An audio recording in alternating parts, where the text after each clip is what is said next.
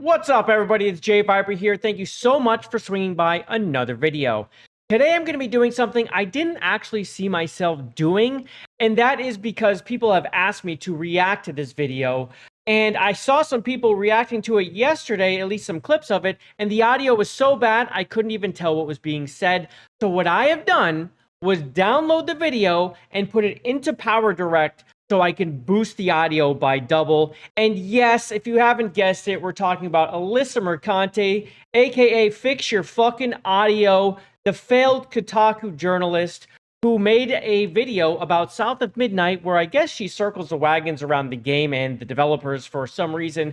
We're going to check it out, see what she has to say, and probably debunk a lot of it. Because as many of you probably know, I mean, this person lives and breathes off of altering the truth to fit her social ideology. And, well, it's kind of hilarious. So let's go check out what she has to say right after you like, subscribe, and hit that notification bell. JayViper is awesome. He's so good looking. He's got the crown in all. So just really quick, this is her channel right here, and this is the video that we are reacting to. The audio is absolutely horrendous, so I did pull it and put it into PowerDirect, and I'm going to take the audio and double it just to give us a chance to hear it, because this person doesn't know how to do her audio. It's pathetic at this point, but let's go ahead and check out what she has to say. If you have made your entire internet presence shitting on people, attacking people, poo-pooing on stuff in order to continue to rile up a base of disenfranchised young men, you're a piece of shit. Oh my God. Wow. Is it because they're disenfranchised? So, but just really quick, this is something she really likes to do. She'll even attack developers, call them dickheads, and call people herbs. She will straight up attack people. But I guess because they're not disenfranchised young men that she is protecting, that it's okay or something. Again, she's ridiculous. But oh, it's art. Video games are art. South of Midnight, people really like it. People really like it. Is she going to go to the Metacritic score right now? The 77? It's sitting at a 77 on Metacritic. She is. She's going to the 77 as people really like it. Okay. Well, you know what? Let me pull up Metacritic real quick. All right. So here's Metacritic. It is a 77 right here, but we are looking at a 5.9 average user score out of 162 user ratings. Debunked. And of course, this is always a battle of the tens and zeros, but I mean, generally this does settle right around where it should be, and we're looking at a sub 6. This is a sub 6 game. That's pretty much where I think it should be. It should be about a 5 to a 6, somewhere in there, if you're being honest about the game. For some reason, you know, people really put a lot into this, thinking it would be this great game. It's not, especially when it comes to the gameplay. The gameplay is whack. Don't even start with me on that. It's very repetitive. But yeah, so it looks like she's already wrong. People are not really liking the game. It just came out on April 9th. True. What they are doing is shitting on this game and acting like this game, just like every other game that they've decided that they don't like, is indicative of the beginning of the end or the final nail in the coffin of anything that ever features anybody but a white guy. Hold up.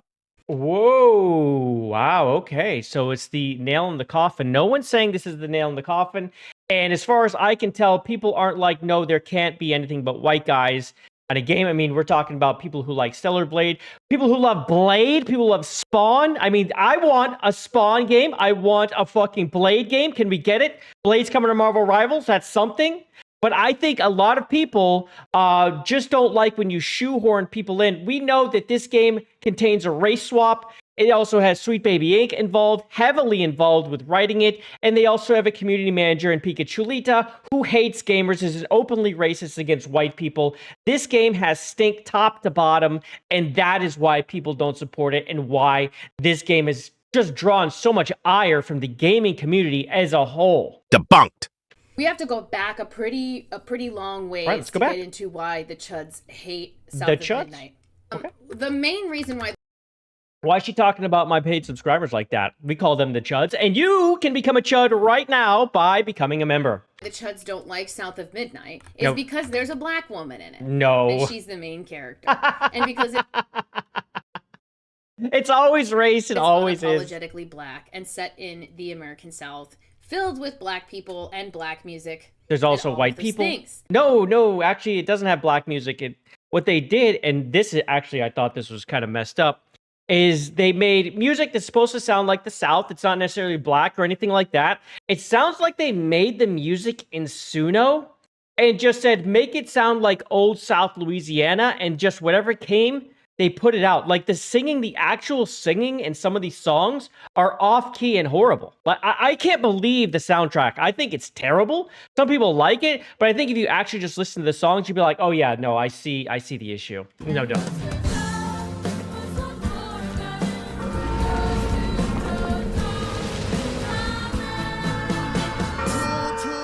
Well, Michael, thank you very much for chatting. Debunked.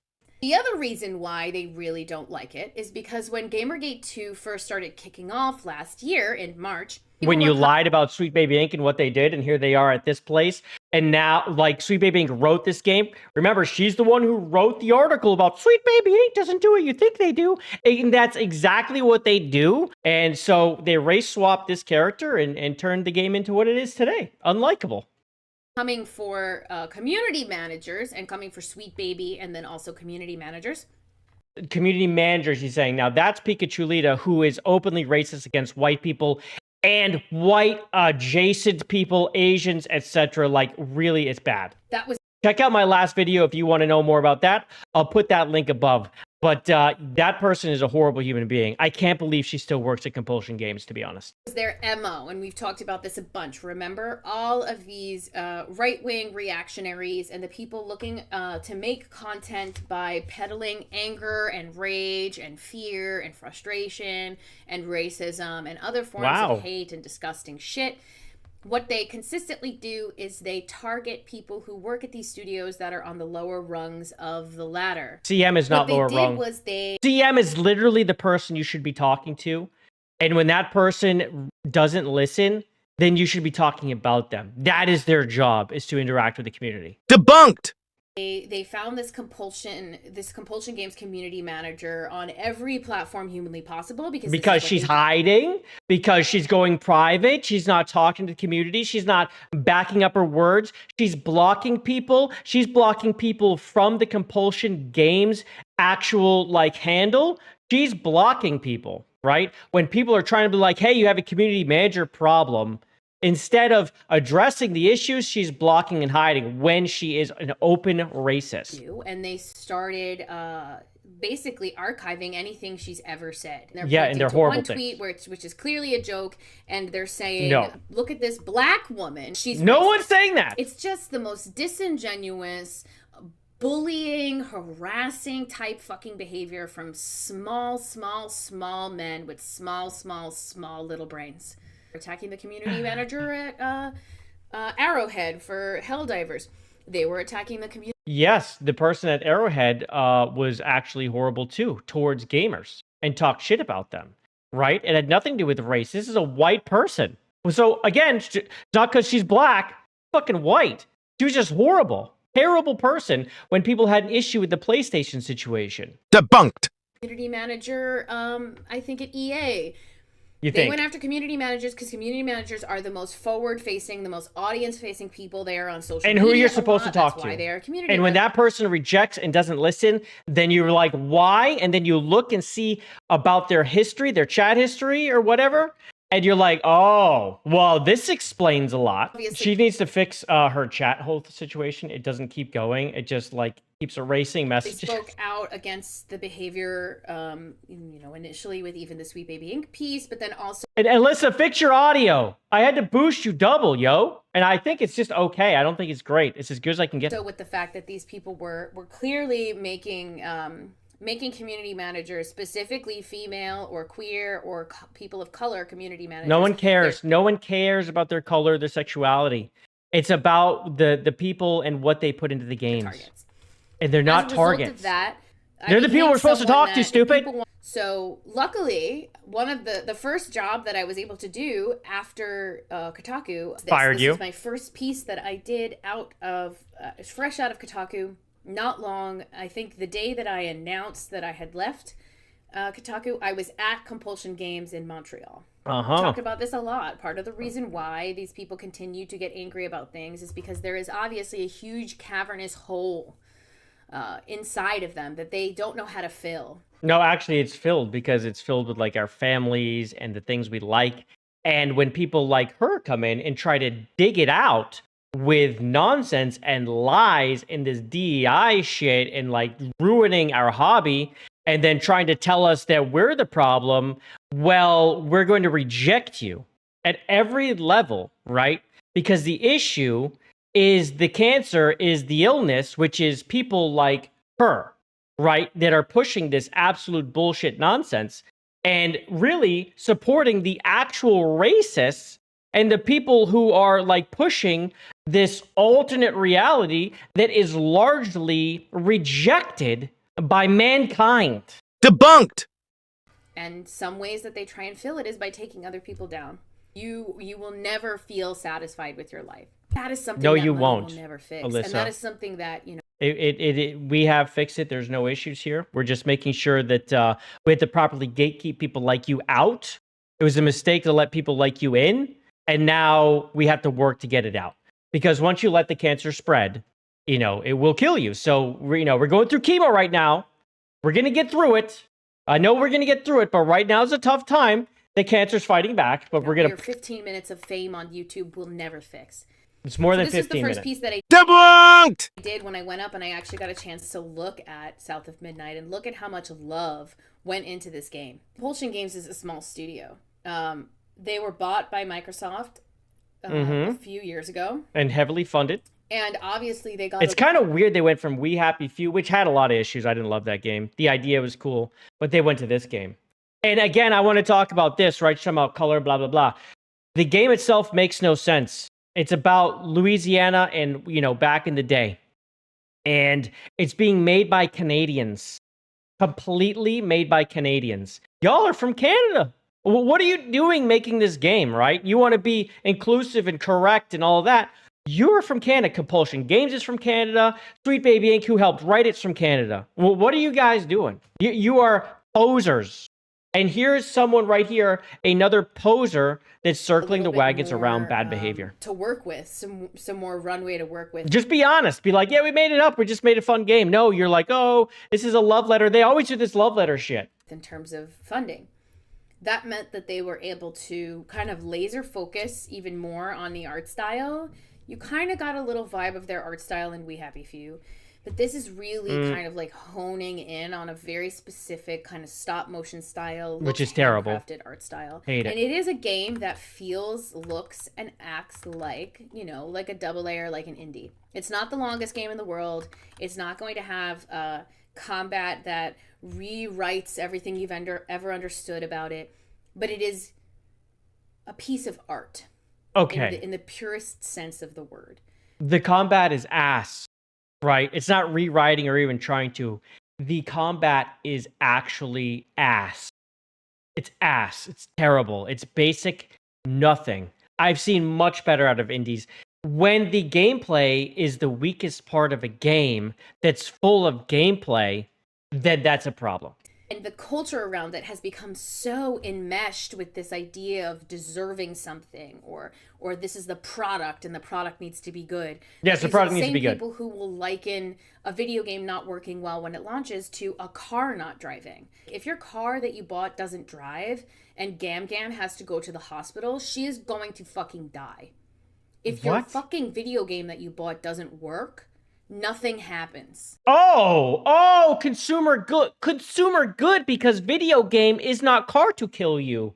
Excuse me? No, games should work. There can be some issues, but the games suck. What does this have to do with South of Midnight? What are you yapping about?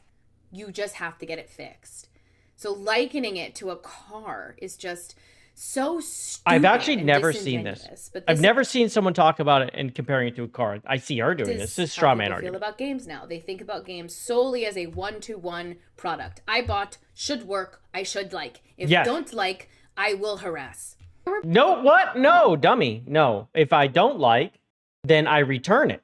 Or if I see a piece of garbage coming full of DEI nonsense, race swapping bullshit with a horrible CM, I'm going to talk about it. I'm going to make sure people know. And there's a lot of other people that are going to let people know. And you know what? The consumers, the people who buy games, deserve to know and make up their decision.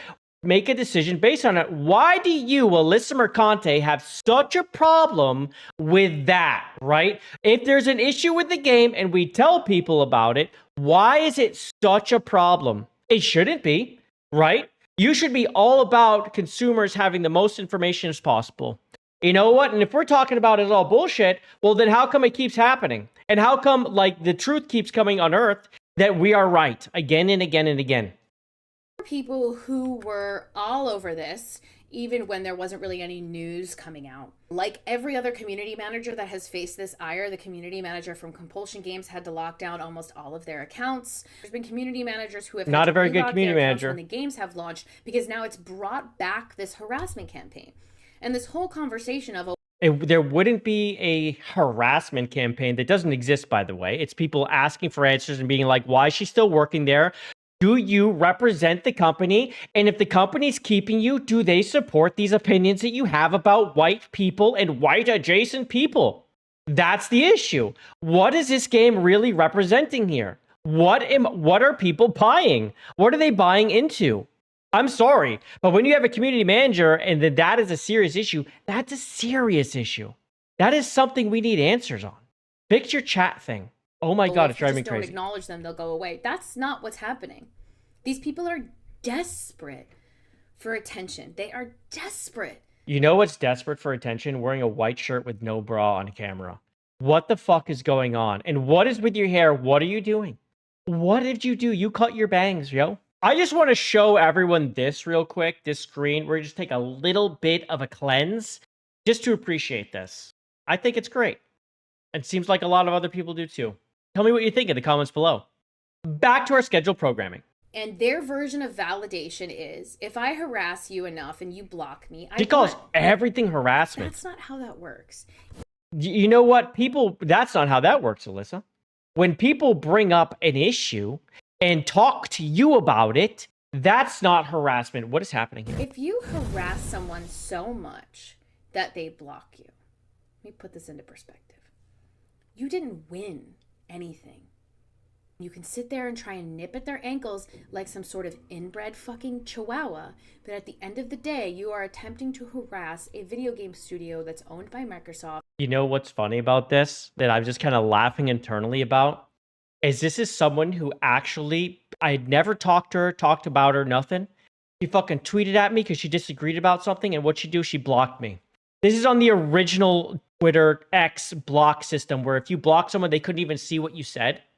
Right? And the only reason I know this is because then when I started dealing with all this fucking shit with the gaming culture war situation, is when I found out that had happened, because she tweeted at me again and blocked me. But this was with the new block system. But I went in and I was like, all right, what else does she have? Have I missed things? And I found that. And I was like, oh my God, she's done this before.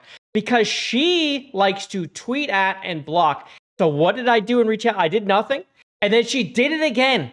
Quote, tweet, block. And I said, fuck this. I blocked her. And she tried to come at me again and then started bitching about me having her on block. Like, this is months had gone by. It is hilarious to actually listen to this right now. She didn't win because I blocked her, but she sure bitched about it. It is actually so funny to listen to her complain about blocking. Here and shit your poopy diaper over and over and over again. This is a horrible way to talk about people, Alyssa. And hope that mama change you. But nothing is going to change the fact that you have an empty hole right here in your chest. And you're trying to fill it with hate. My heart is full. I don't know about anyone else. My heart is full. It's very full. And I super appreciate how full it is. I have a very phenomenal life.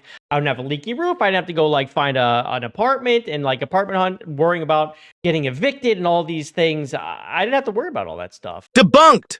It will upset you, you know. Rihanna Manuel Pena has spoken about how she kind of couldn't play it because it was like, you know, just traumatizing for her and upsetting for her. And that's okay.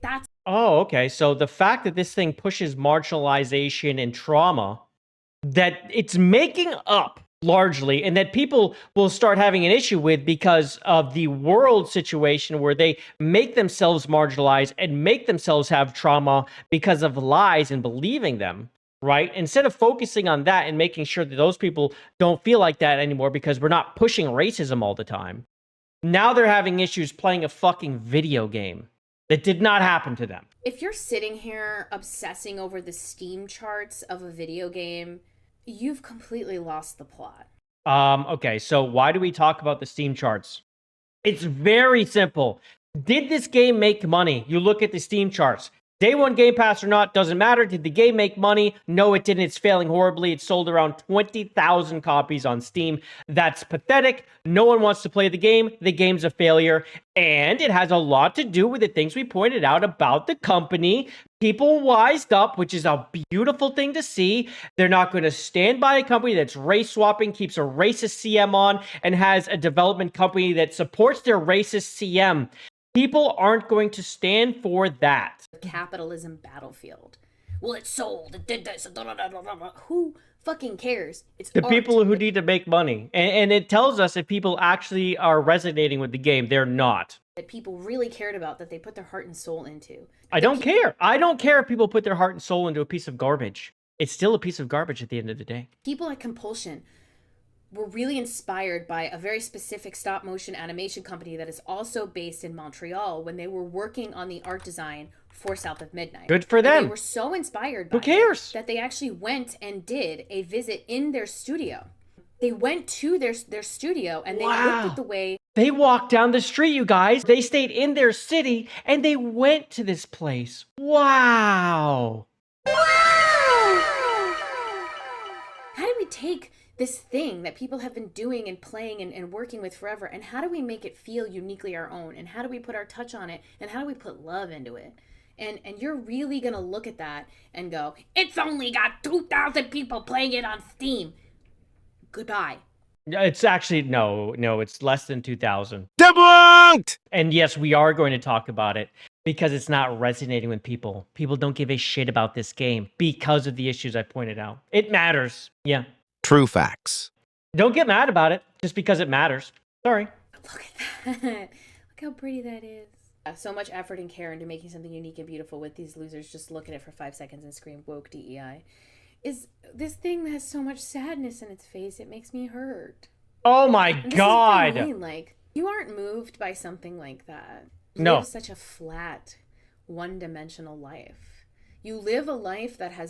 Who the fuck is moved by looking at Oscar the fucking Grouch?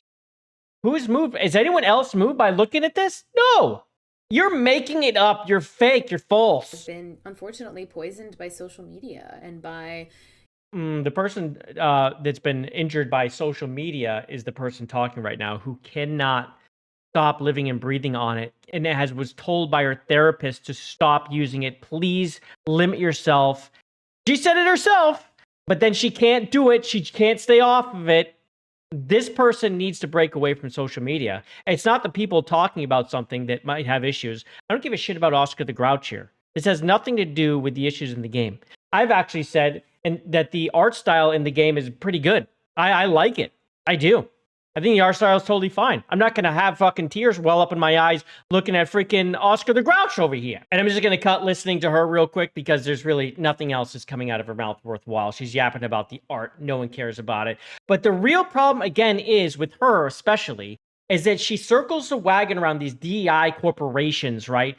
She is all about it. Microsoft's pro DEI. We've got Compulsion Games that is owned by Microsoft. Clearly, they made a game that's just made with DEI, hiring practices DEI. The game itself is just kind of a flat game, right? The art style is good. I've talked about that, but the actual game itself is a flat game. It was written by Sweet Baby Inc. That's all about DEI and pushing all sorts of agendas that are largely rejected by people on this entire earth.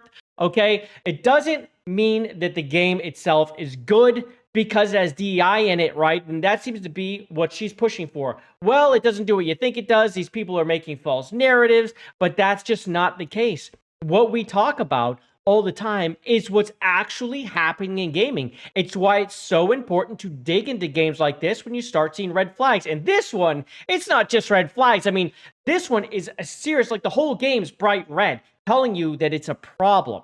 And we're going to talk about it, and we're going to talk about its failure, and we're going to talk about its Steam charts because the game doesn't resonate with anyone really, and people aren't liking it. We've seen it on the Metacritic scores. It's not like the critics like it. Who gives a shit about the critics? The critics said Minecraft was going to suck, and it just did a $301 million on a weekend because it doesn't speak for the people. The critics don't. They never do. We don't care what the critics have to say. And it doesn't mean something's good or bad, whether they like it or don't like it. We will speak, right? We will speak, and I'm allowed to speak, and I will continue to speak. And my heart is very, very full. And if your heart is filled, make sure you like this video. And don't forget to subscribe to the channel and hit that notification bell so I can see you on the next one. I'm out of here. Love you, mean it. Peace. Bye, everybody. He's owning every game.